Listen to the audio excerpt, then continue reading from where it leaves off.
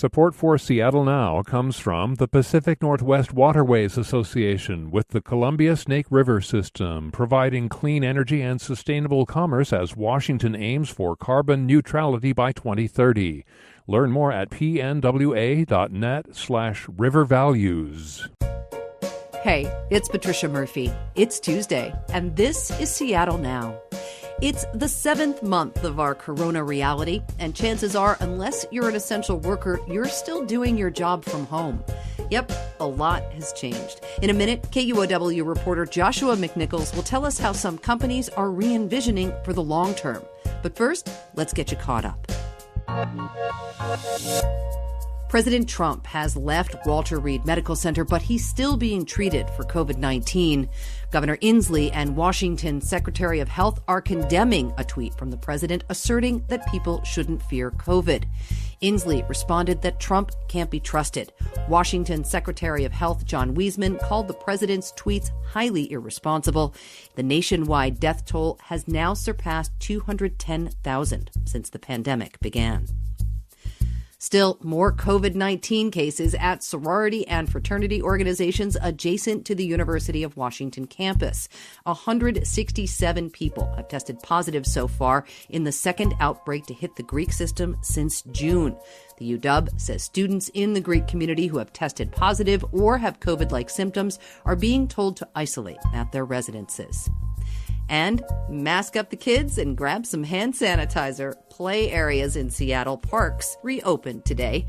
Got to be vigilant, though. Parks says no more than 5 children should use play equipment at a time. And of course, sick kiddos should stay home. Coronavirus is reshaping the way many of us will do our jobs in the long term. Seattle-based Starbucks told the roughly 4,000 employees who work at their SoDo headquarters they'll be working from home for a year. Amazonians are still waiting to find out what their work future will look like. So how will all of this work? And what might this mean for Seattle's workforce? And what about all that newly freed up downtown office space? KUOW reporter Joshua McNichols has been looking into how work might look different after COVID. Hey, Joshua. Hey. So Starbucks is taking a year to figure out what the future of work will be like in their headquarters. What are the things they're thinking about changing right now? Well, they say they're going to let people keep working from home for all that time, but they're going to take this year to basically remodel their headquarters around a new idea of what work will look like in the future.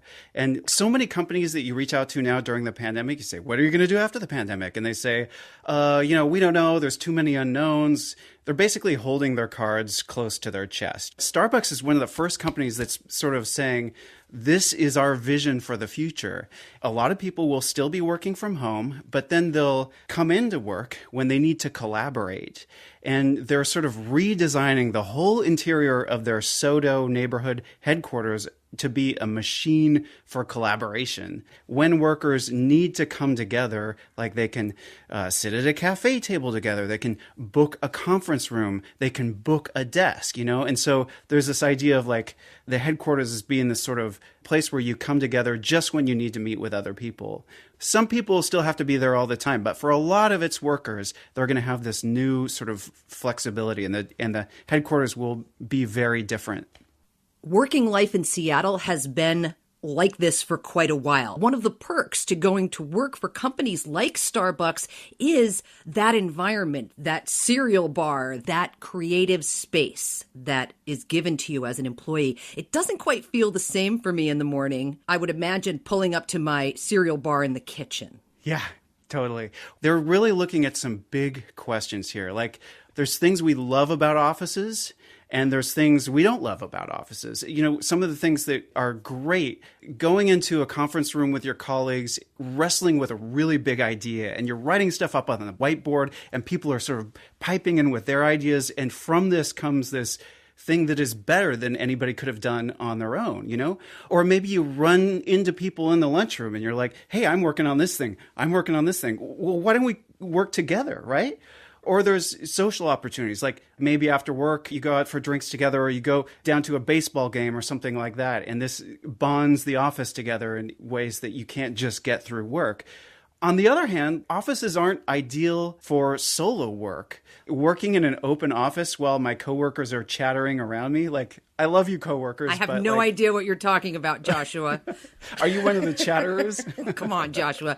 Let's be real. You and I work together. We spend more time with each other than we do with our families. I think that's so important about office life to point out what an entirely different situation we are all now in.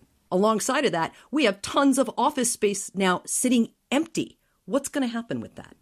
Yeah, that's where it gets pretty interesting. Like Starbucks, they're saying, okay, we're going to let people share desks in many cases, and they'll be able to check them out. That means you've got more than one person using a desk. That means you need fewer desks. That means you have room to create more of these sort of collaborative spaces that they want to create. But other offices, they may choose to do different things with their space, like stop using it and sublease it out to somebody else, or turn part of their space into a startup incubator and bring in another company that then their CEOs could go mentor, and maybe they could acquire them at some point, or remember how Amazon made space in its new headquarters for Mary's Place, a homeless shelter. That's another example of something a company could use its extra space for. But there is a lot of evidence that this idea of sharing desks and booking them, it's called hoteling desks, because you reserve them kind of like a hotel room. It's becoming way more popular. There's this company called Space IQ, and they basically make software that lets companies hotel their desks. And they say that interest in this idea of what they call agile workspaces, which include hoteling desks, has increased 500% since the pandemic stopped. Wow. So clearly, companies are looking at this as part of their long-term solution. I realize most of these changes are aimed towards making things more efficient and better for employees, given the circumstances we're dealing with COVID-19 and the uncertainty of our future with a vaccine. But there must be some downsides to this for companies. What are they, Joshua? Yeah. Well, one that I can think of is, have you ever been in a conference room and your meeting goes a little bit long and then somebody, knocks on the window and they're like, you've only got this space until 1:30, right? Like, I could imagine a situation where hoteling desks also turned into that, where like you're finishing up a task and it goes a little long and somebody is sort of like waiting for you to give up your space. That could be really awkward. On the other hand, there's some workarounds here. If you only can check out desks for a half day or for a full day, and that's sort of the block that you check out, then you're not going to have those same kinds of conflicts. Yeah. A lot less tchotchkes on the desk, too, Joshua. Right, yeah. Well, this might be good for me. My desk is very messy, and if I had to clean it out at the end of each one of my shifts, it would probably be good for me.